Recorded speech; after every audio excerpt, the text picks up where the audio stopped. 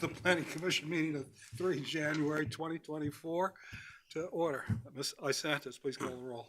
Mr. Rogers. Present. Mr. Rogers represents the Berkeley District. Ms. Null. Present. Ms. Null represents the Stonehouse District. Mr. Rose. Here. Mr. Rose represents the Roberts District and is vice chair to the commission. Mr. Haldeman. Here.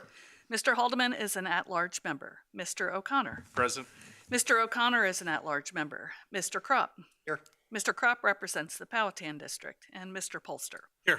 Mr. Polster represents the Jamestown District and is chair of the commission. I'm Susan Istanis, Director of Planning for the county, and it's my pleasure to serve as secretary to the commission. Sitting to my left is Liz Parman, Deputy County Attorney. Mr. Chairman, we have a quorum. Thank you.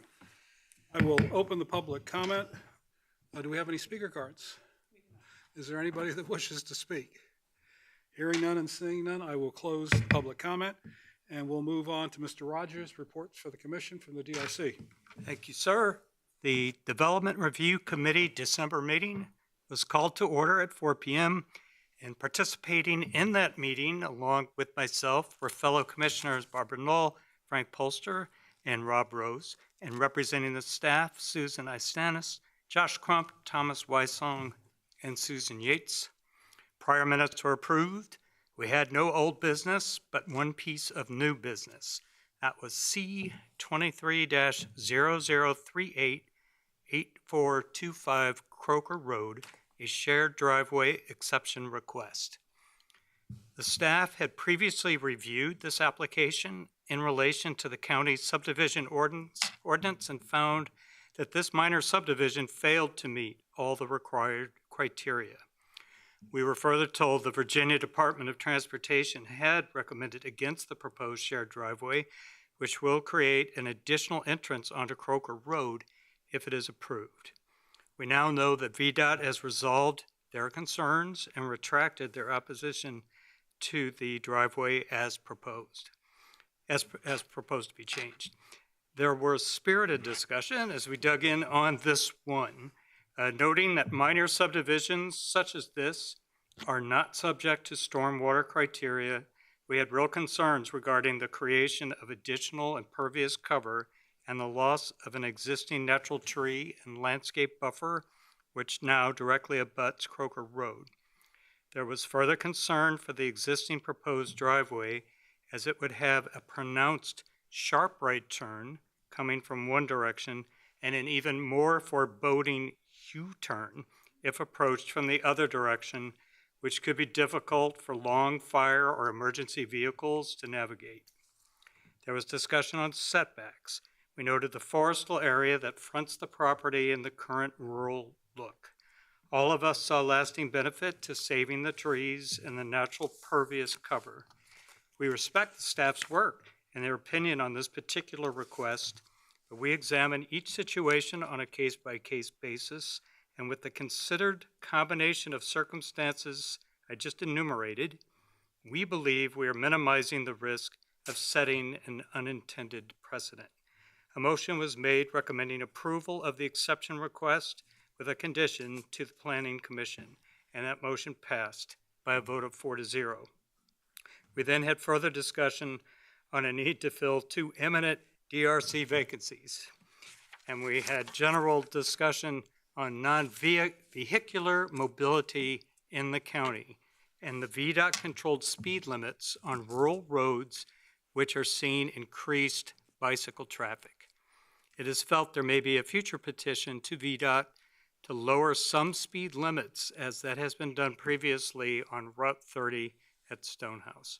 The meeting was adjourned at 4:35 p.m. Any questions for Mr. Rogers? And this is the subject of a consent agenda item also. Hearing none, we'll move on to the consent agenda.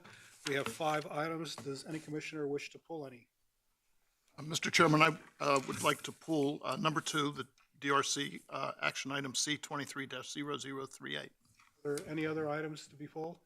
If not, can I have a voice vote on the approval of items 1, 3, 4, and 5? All in favor? Aye. All opposed? Okay, so moving on to the discussion on the DRC C23-0038, Mr. Haldeman. This is my, I think, my third application like this in my tenure on the Planning Commission. All three revolve around the same issue. All three failed to meet the exceptions, the required exceptions.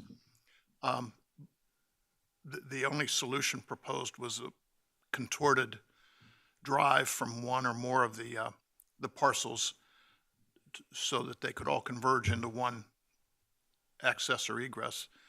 And that's what you see here. I understand and respect the DRC's concerns about clearing the trees and increasing impervious surface and stormwater impacts and the like. On the one hand, on the other hand, we have an ordinance, and it's very specific. There are 3 exceptions. This doesn't meet any of the exceptions. The applicant doesn't even maintain that they meet any of the exceptions. I think there's a better way with this. I think a drive along the property line between lots 5 and 6 would permit a driveway to come into the one access point without creating a new one. See if we can get the map up that shows the 5 and 6. Okay. It just run right down the property line of 5 and 6. It's the same impact to lot 6 because you would take away that driveway at the bottom of the page and put it at the top. I guess that's north. No, it's not. It would be west. And would converge onto the driveway that services all the other lots 4, 3, and 2, and 1. And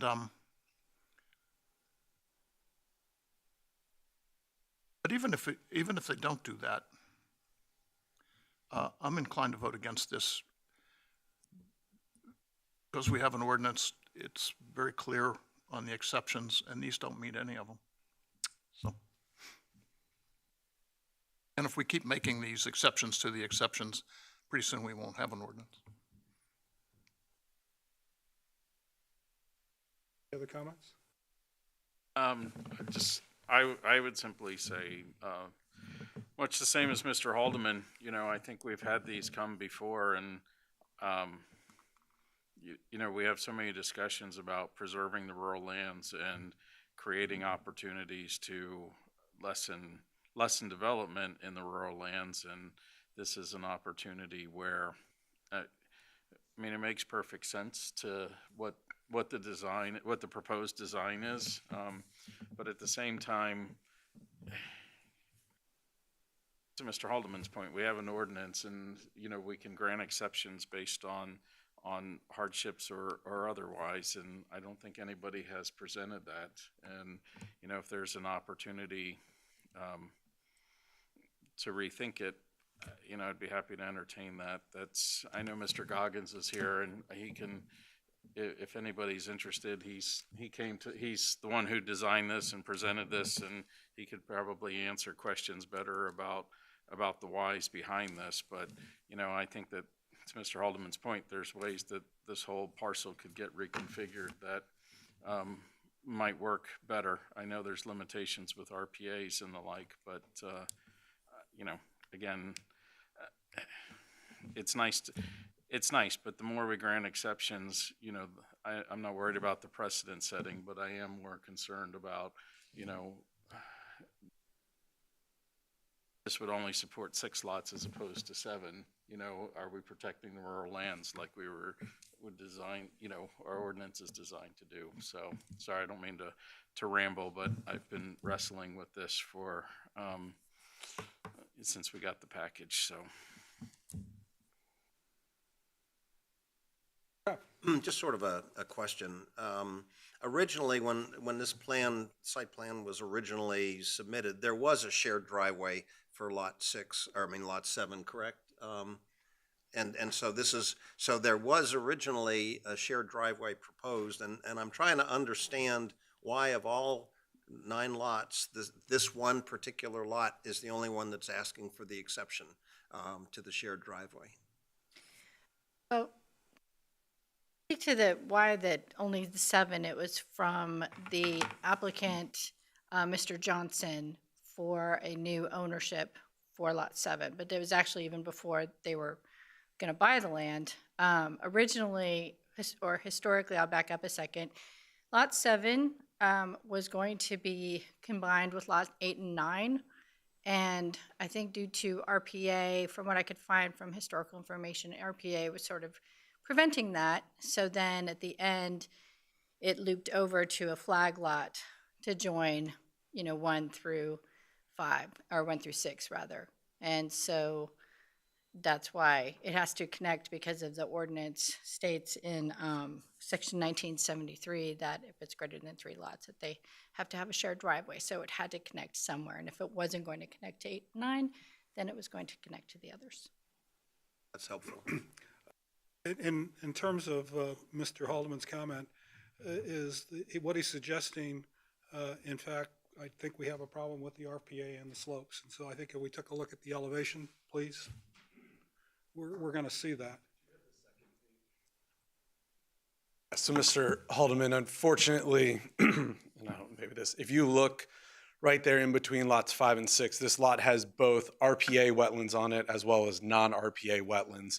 And so we could flip back and forth here, but basically just north, right at that lot 5 and 6 lot line, there are actually non-RPA wetlands that come up. And so you'll see the same issues on the right side. So there's basically these 2 little gullies. So the one on the right goes all the way up to the VDOT right of way. It's actually a VDOT drainage ditch that goes through there. Then on the left, so to make doing a driveway down the property line of lot 5 and 6 would not be possible without submitting for a wetland permit with the Army Corps of Engineers and actually impacting wetlands to put a driveway through there. So, really having this driveway be its own separate, entrance reduces the, impervious in the area, reduces the tree, disturbance and everything. And I think I want to say down the lines of the precedent that the 2 other projects that I believe you're referencing, since I was involved with those as well, I mean, really the conversation has been along roads paralleling existing roads, and is that disturbance, needed, necessary, or good for the surrounding environment? And I think when this project was originally done, it was previous to my time at Landtech. I don't know that really the thought process had been done about, or I won't say the thought that going through an exception process was necessarily thought of. So when these homeowners looked at purchasing this piece of property, it was a discussion point that, in reducing the amount of impervious and disturbed area, would this be potentially a way to accomplish that by having their own driveway? That alleviates some of the concerns that staff had about emergency turning radius, as well as just access to the lot. Happy to answer. I've also. I think just to repeat, if you can, is the amount of impervious surface that was originally in the design, how many feet was that? And then when it comes down to what's now proposed, I mean, it essentially brought it to 0. Correct. Yeah. So roughly looking at, It was 400 feet. yeah, or it's about something. 400 feet because the 50 and about 340. So about 400 foot of driveway. If not, 400 feet is basically from where that flag stem starts to the corner where their property turns up the page. So it's probably, even closer to 450 feet of a driveway that could, be avoided by doing this standalone driveway entrance. Any other questions for the applicant? And I didn't go back to look, what becomes of that flag stem? Does that stay part of lot 7, or will that go to lot 6?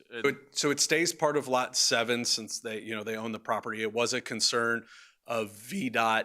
One of VDOT's concerns was that someone would end up doing a U-shaped driveway and that they would have 2 access points to the property. The way we've negated that is the most recent plan that was sent to Mr. Patel at VDOT shows that as actually that flag stem becoming a 25-foot no access easement. So no one, technically it's still their property. They can go over there and, go to it, but that they could not actually access Croaker Road through that flag stem. So that would help ensure that on top of that as well, at the end of that flag stem, we're removing the portion, because there's other property in front of them to get them to the shared driveway. So we're removing their portion of the ingress egress easement from the shared driveway, as well as working with staff. They've been removed from the shared maintenance agreement with that shared driveway. So there's been about 3 ways they've been removed from the shared, or potentially removed from the shared driveway. Any other questions? Thank you. I think for me, there is nothing that, it's a by right in terms of minor subdivisions in the rural lands. And so the issue is, how is it, do you best mitigate and deal with it given what we know? I think this is my 5th one that I've been involved with, and at least 4 of them I know had to do with minor subdivisions of this nature. And so the thing that I've tried to do is to make sure that that the amount of impervious surface was limited. And in one case on Forge Road, they ended up using a neighbor's driveway of an adjacent property on both ends. And so they only got one entrance onto the property. But anyhow, to the point on the rural character on that, I mean, there's nothing to stop development on minor subdivisions like this, except now we have one plot at 20 acres, which makes it a little bit more difficult to do the development in the rural areas. The other point that was brought up is that minor subdivisions are not subject to any of the stormwater pieces. So there's absolutely, with all these RPAs and all the drainages and things that are here, there's nothing to mitigate that. And by adding more impervious surfaces in front there, as well as removing those trees, which, guess what, are not only part of the rural character, but also retain the water in there, it just made sense to me to do the least amount of damage that you possibly could. And so I think that's where we came down. We did look at different alternatives, and as you can see here, the RPA is delineated up there on 6, and then down below there for the 9-1. So my other concern was is there anybody else going to come in for this? And so for lots 1, 2, 3, 4, 5, and 6, that's done. And we've already approved the one for lots 8 and 9. Now, I understand that they may want to come in and for separate driveways, but I will tell you that I will not look in favor of that, given the issue of a shared driveway, which makes sense here in this particular case. So that's the logic that I have on this thing. Any other discussion on the item? Please. Just a comment. I was struggling with this because I am obviously a proponent of preserving the rural lands and not putting impervious cover down. But on the other hand, I don't look at this as setting a precedent necessarily, but I'm looking at it as a standalone situation where we have a specific ordinance that is trying to limit the number of separate cuts from a road into a lot. And I feel uneasy about this, about me personally voting to approve this request, especially when there's 9 lots. It's the only one. I'm very familiar with what a 500-foot driveway looks like, and to me, at least for this case, and with the possibility of others coming forward, I think the trade-off, I would err in support of the ordinance and not recommend approval of this for that reason. You know, if the performance criteria that's in the ordinance are not adequate, if we need to somehow address other things to provide more flexibility, that's one thing. But that's not the case right now. We have the ordinance with those factors, and so I don't think there's a compelling enough reason to approve the exception request. Any other discussion or a motion? I was just going to add, you know, I don't think it's that the ordinance is bad, but this is, you know, all these are designed from our comp plan through, and I know it's counterintuitive to most of the arguments I make, but, you know, if our comp plan says limit disturbances and limit development in rural lands by granting exceptions to do this rather than having a different plan designed, you know, that's where I kind of struggle on this one. So I think that's the point of minor subdivisions. They're by right. And you are going to get land disturbance. And so the question is, how do you mitigate the disturbance to the least amount? And well, that could be done by doing one less lot as opposed to, Okay. which is the argument Yeah. that everybody's been making about development in rural lands, right? So, you know, I'm not the one that voted for 1 for 20, so, you know. Any other discussion or motion?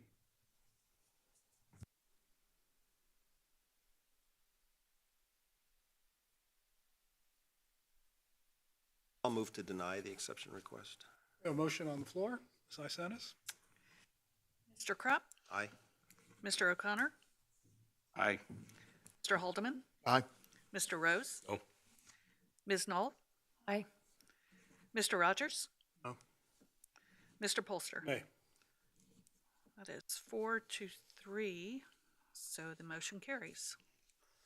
Okay, so moving on to another subject.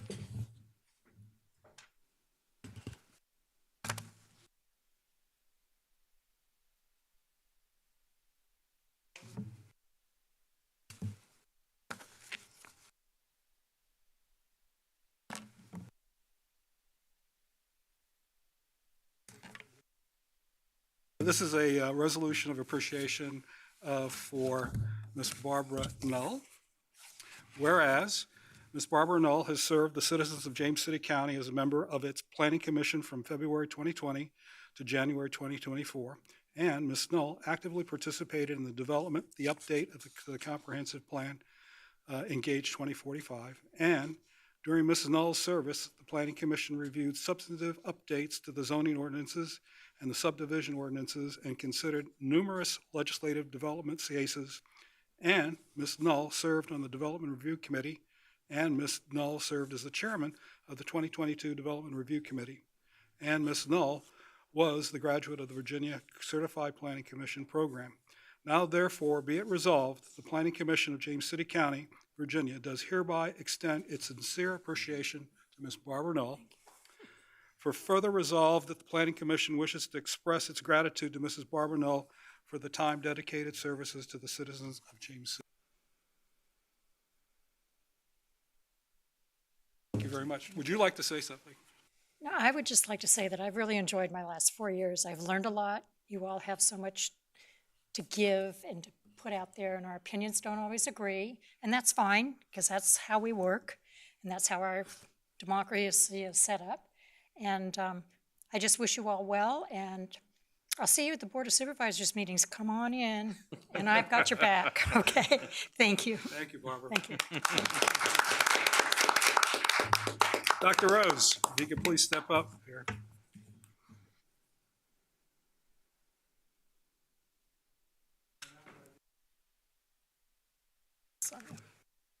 Resolution of appreciation for Dr. Rob Rose. Whereas Dr. Rob Rose has served the citizens of James City County as a member of its Planning Commission from January 2020 to January 24.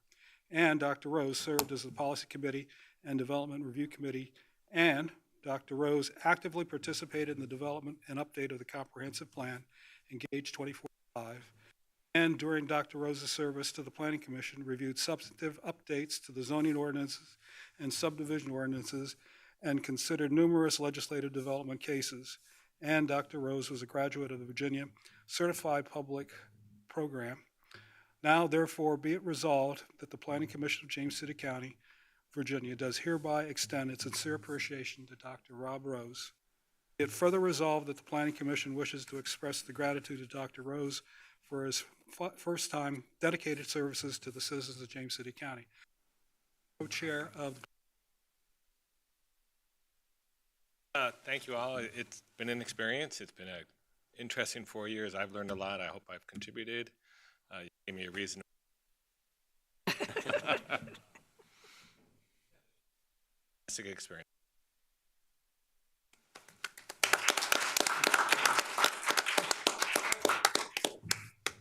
last but not least.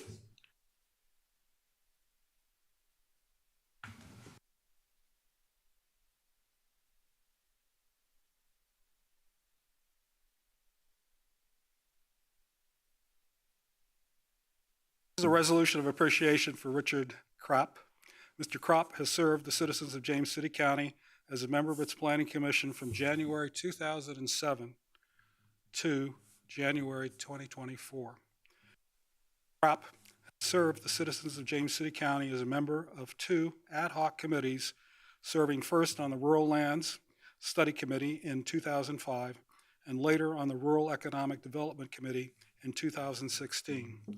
And Mr. Krapf served as chair of the Planning Commission in 2009, 2014, 2017, and 2020.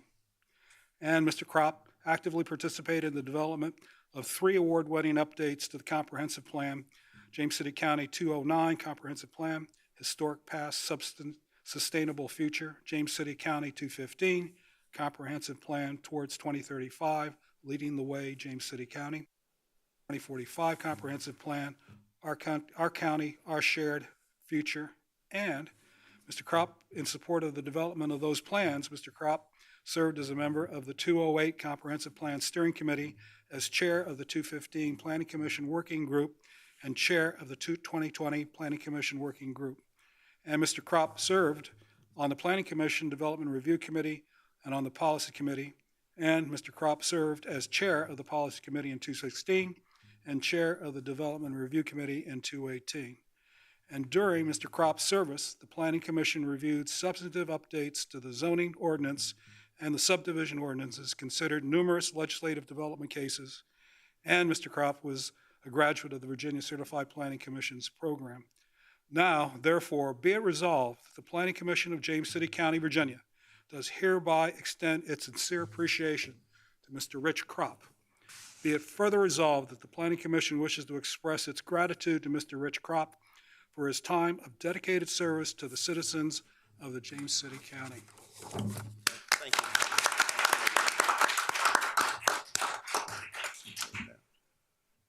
Those of you still awake after that, I'd like to just make a couple brief comments, and I want to say in all sincerity, it has been such an honor and a privilege to serve on the Planning Commission. But I do need to acknowledge a few individuals in that process, 3 in particular, that were it not for them, I would not be standing here tonight. Those are 3 members of the Board of Supervisors who either appointed or reappointed me, and they are of very differing personalities and politics. And so that's Andy Bradshaw, who made the initial appointment, Jim Kennedy, and Michael Hipple. And I feel very lucky to have been reappointed and to be able to stay here. I also want to recognize the staff. The staff are the unsung heroes of everything that you all see going on here. They're the ones that work with the applicants, that put the packets together, that respond to our questions at the 11th hour and make sure that all of the materials are together that allow us to do our job. So, obviously, part of that is the leadership.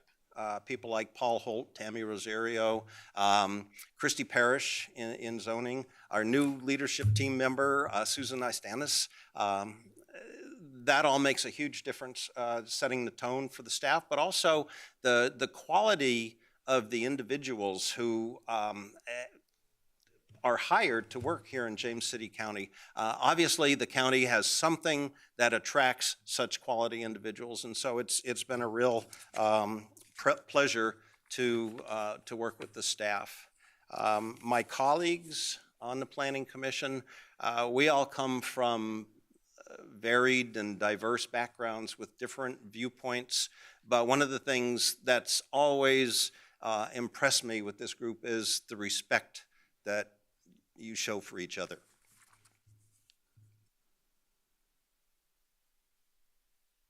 Oftentimes there's some heated discussions, but everything is cordial and professional, and thank you all for that.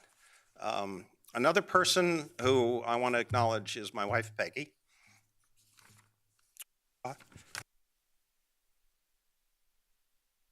Who has watched countless hours of Planning Commission meetings on television, but who also has tutored me on the benefits of pollinator plants and native plants to the environment and to the ecosystem. And you all have been the recipient of some of those tutoring lessons during our discussions of proffers and conditions that have come through. And I think that it's helped made better application packets go forward to the Board of Supervisors. So, I very much appreciate that. And then my last comment is I'd like to offer 2 words of advice to 2 very different constituents out in James City County. The first group are the people who like things just the way they are and don't want to see anything change. And the second group are the ones who can't wait for change. But the 2 words of advice that I'd like to give is the same for both groups, and that is those 2 words are get involved. The county has so many opportunities for boards and commissions that you can go online, you can fill out applications, you can get involved in the process. And if you have viewpoints, if you have things that you'd like to see or not see, what better way than to be part of the process and get involved? So I would encourage people to do that. And thank you for the appreciation. It's been a privilege. Thank you all very much.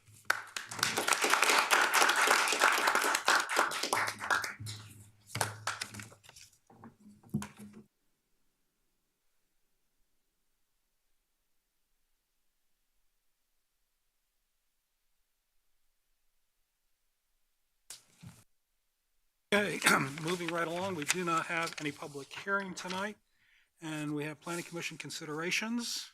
Anything for? If not, we'll do the planning director's report. Mr. Arsanis? Thank you. Nothing additional to add. I just wanted to share on behalf of my staff and us, thank you again for your service. I can't begin to explain how meaningful that is. 17 years is unfathomable. I don't think I've ever in my career come across that, but 25 years of experience is walking out the door. And we will miss you, but thank you for the service to your community. With that being said, I would then like to ask, and I don't need answers right now, but we will have 3 new members, obviously. The staff does take the new members through an introductory kind of course and just to get them warmed up for the first meeting. But as you know, sitting here for so long, you really, there's a lot of learning on the job that occurs. And we would welcome any advice you have to give to us that we may transfer to our new applicants in terms of things to know, training, beyond kind of what Planning 101, which is what we do. And again, happy to take that input now, or if you want to think on it, just send me an email. Would love to get that advice so we can pass that on to the next.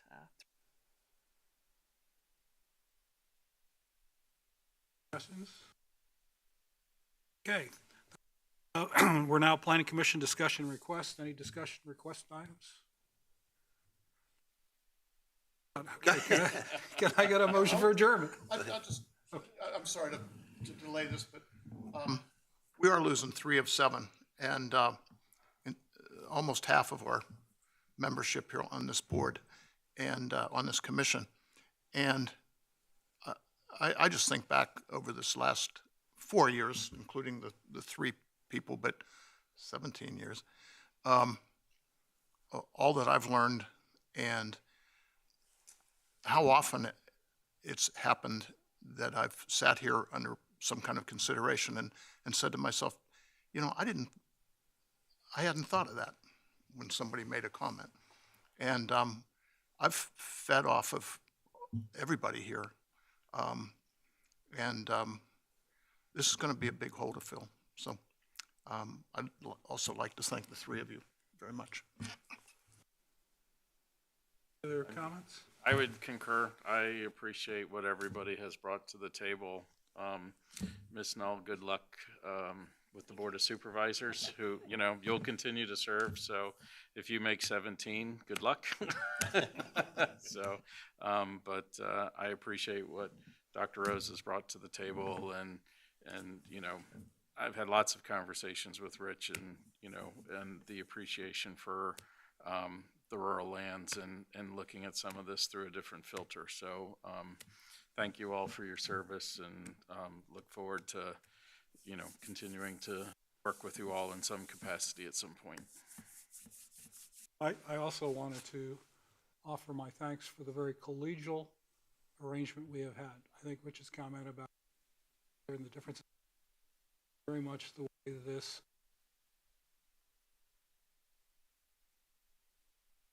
I would agree with Mr. Haldeman that it is going to be a major hole, especially with Rich leaving.